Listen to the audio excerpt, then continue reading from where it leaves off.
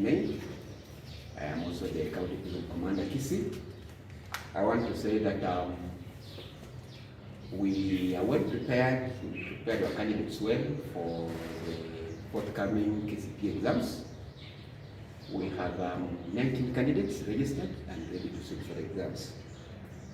In as far as preparations are concerned, I want to say that the candidates are well prepared.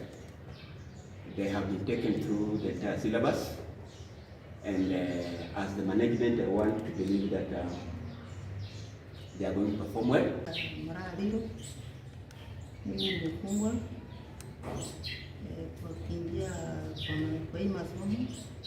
Nimeona masomo haina mkubwa na mdogo, kwa hivyo na sasa nikaona ni vizuri niingie ndio kunisaidia. Niko na miaka 59.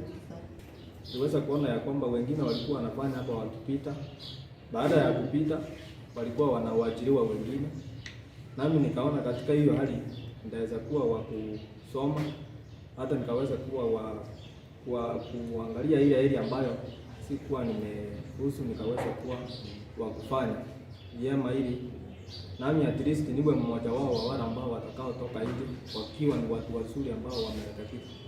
Juma, mimi ni mfungwa. Nishamaliza 5 years kwa kifungo. Niliona ni vyema niingie katika shule. Nilikuwa pale nje sikuwa nimesoma. Nilisoma nikaachia class 7. Ile nilikuja jela nikaona ni vyema niendelee na shule juu nilipata shule iko bure jela nikaingia. Sasa hivi ninajitayarisha kwa hii mtihani.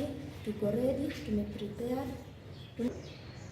This is one of the many programs, rehabilitation programs for that matter, that we are offering, and we are optimistic that they are going to perform well, so that when they leave these institutions upon completion of their sentences, they will be more law-abiding citizens, and they come out as informed people, and people who will not return to crime.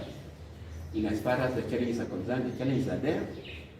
Of course, you can, this being a prison institution, they may not have been exposed to the same opportunities like the candidates outside there have been exposed to. Of course, that is likely to be shown in the results, but we remain optimistic that it's not going to affect their performance. You also look around and realize that we are a mixed group. We have female inmates as well who are sitting for the exams with the male candidates.